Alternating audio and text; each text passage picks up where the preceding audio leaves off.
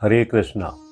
ओम अज्ञानतिमिरान्धस्य ज्ञानाञ्जनशलाकया चक्षुरुन्मीलितं येन तस्मै श्री गुरुवे नमः।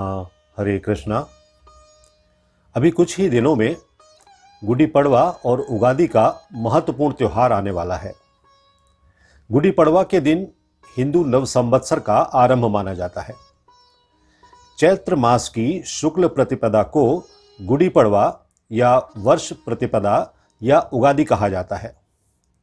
इस दिन हिंदू नववर्ष का आरंभ होता है। आप सोच रहे होंगे गुड़ी का क्या अर्थ होता है। गुड़ी का अर्थ होता है विजय पताका। कहते हैं कि शालिवाहन ने मिट्टी के सैनिकों की सेना से शत्रुओं को पराजित किया था। इस विजय के प्रतीक रूप में शालिवाहन शक का आरंभ इसी दिन से होता है। युग और आदि शब्दों की संधि से बना है युगादि।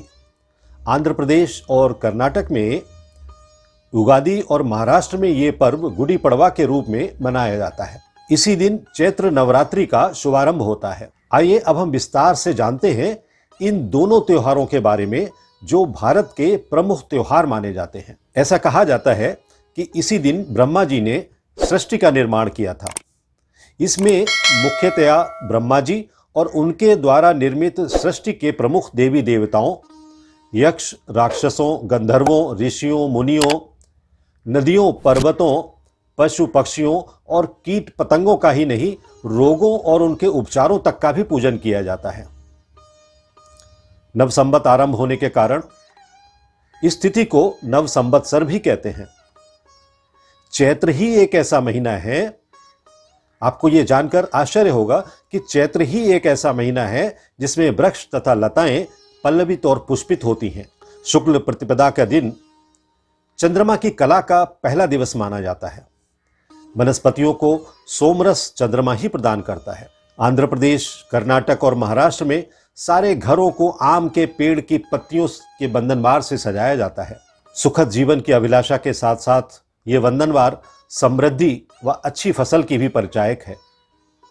उगादि के दिन पंचांग तैयार होता है।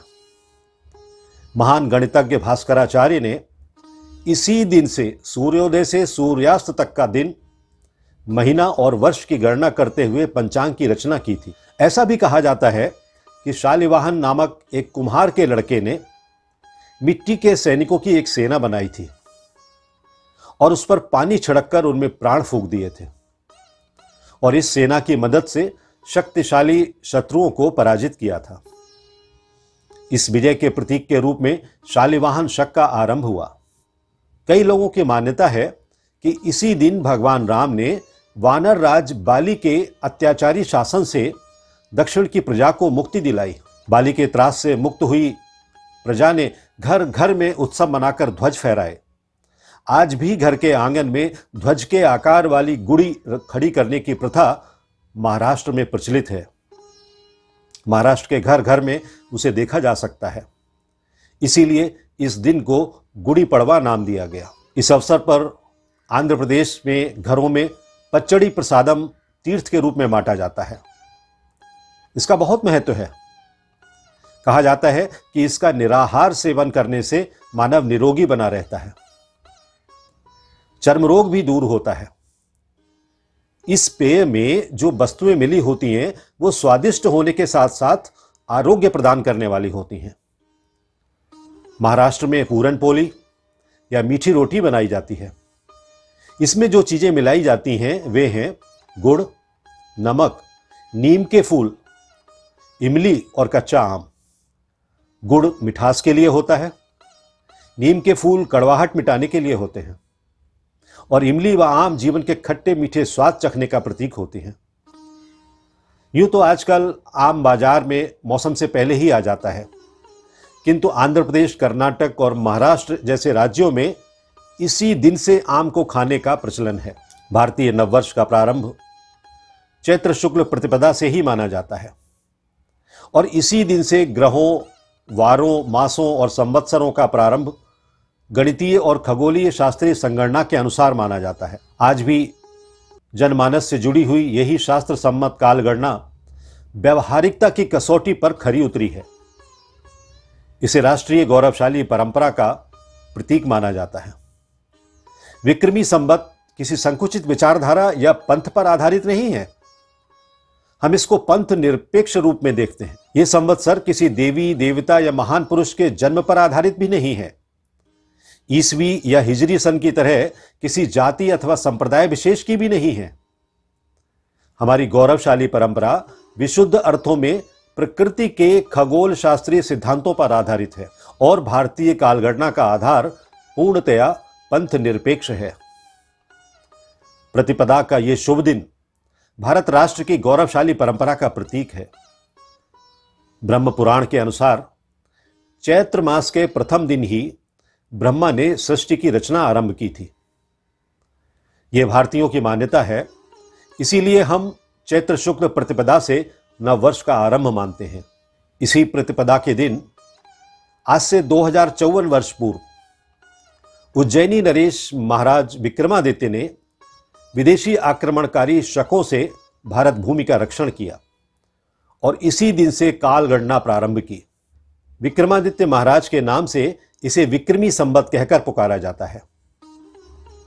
महाराज विक्रमादित्य ने आज से 2054 वर्ष पूर्व राष्ट्र को सुसंगठित करके शकों की शक्ति का उन्मूलन कर देश से उन्हें भगा दिया था और उनके ही मूल स्थान, ध्यान दीजिए, और उनके ही मूल स्थान अरब में विजयश्री प्राप्त की थी। साथ ही यवन, हूण, तुषार, पारसिक और कंबोज देशों पर अपनी विजय ध्वजा फहराई थी। उसी की स्मृति स्वरूप यह प्रतिपदा संवत्सर के रूप में मनाई जाती है और यह क्रम पृथ्वीराज चौहान के समय तक चलता आया था।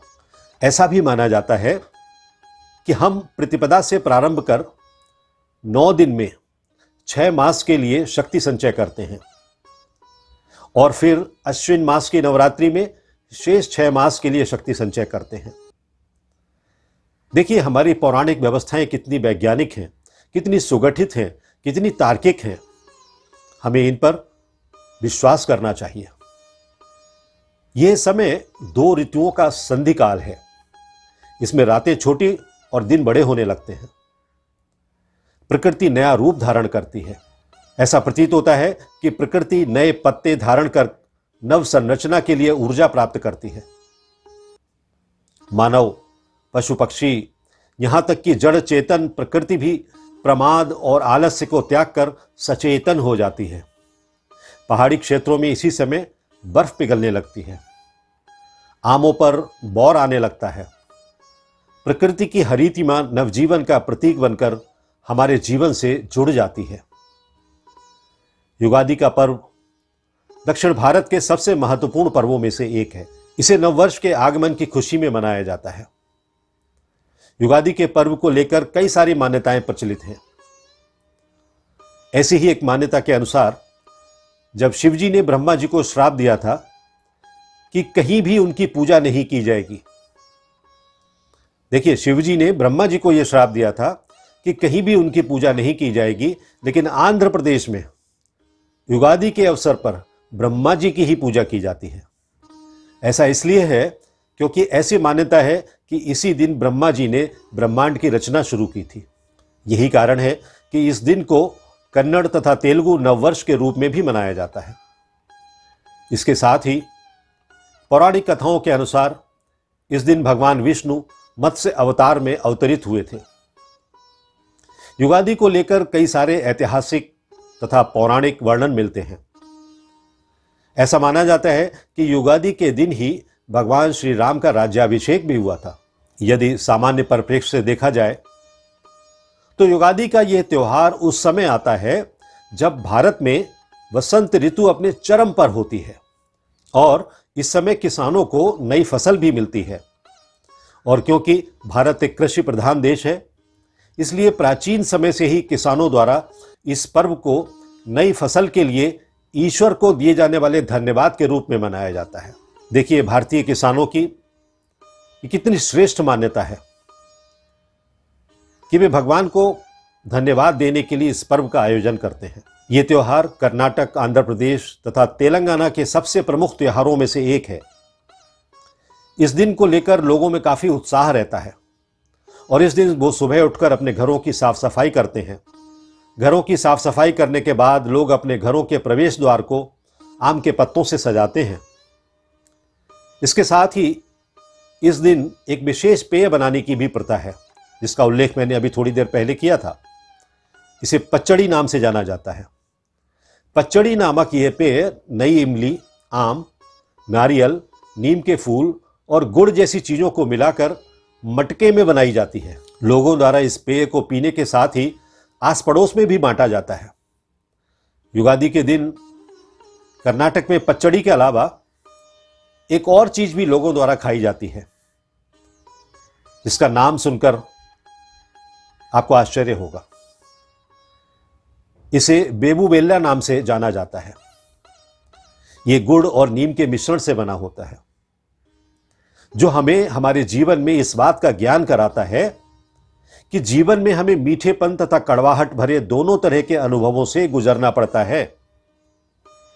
इस मीठे कड़वे मिश्रण को खाते वक्त लोगों द्वारा यह संस्कृत का श्लोक उच्चारण किया जाता है।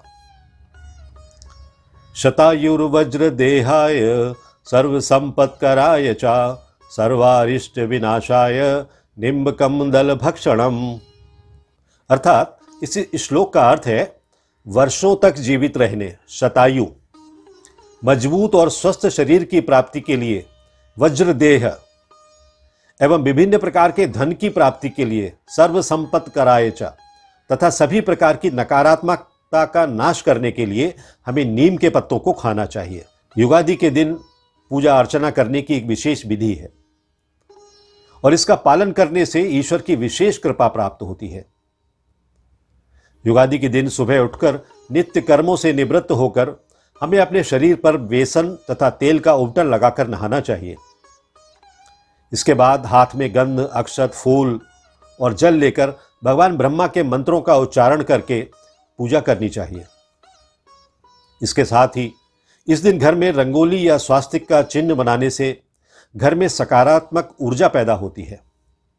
यदि इस दिन आप सफेद कपड़ा बिछाकर उस पर हल्दी या केसर से रंगे अक्षत से अष्टदल बनाकर उस पर ब्रह्मा जी की स्वर्ण मूर्ति स्थापित करेंगे तो आपको ब्रह्मा जी की विशेष कृपा प्राप्त होगी। आज के इस आधुनिक समय में युगादि के पर्व को मनाने में पहले की अपेक्षा काफी अंतर आ गया है। अब लोग आज के व्यस्त जीवन के कारण इस पर्व का आनंद लेने के लिए समय नहीं निकाल पाते हैं। पहले के समय में इस दिन को लेकर लोगों में काफी उत्साह रहता था। यदि हमें इन पर्वों के मुख्य उद्देश्य को बनाए रखना है तो हमें इनकी प्राचीन परंपराओं का पालन करने की कोशिश करनी चाहिए। तो अब अंत में एक बार आप सबके लिए नए वर्ष की हार्दिक शुभकामनाएं। ये वर्ष आप सबके लिए नई शक्ति, नई ऊर्जा, नया विश्वास, नई आशा, नई अभिलाषा और प्रगति के विकास के नए आयाम लेकर आए, ऐसी ही कामना है। हरे कृष्णा।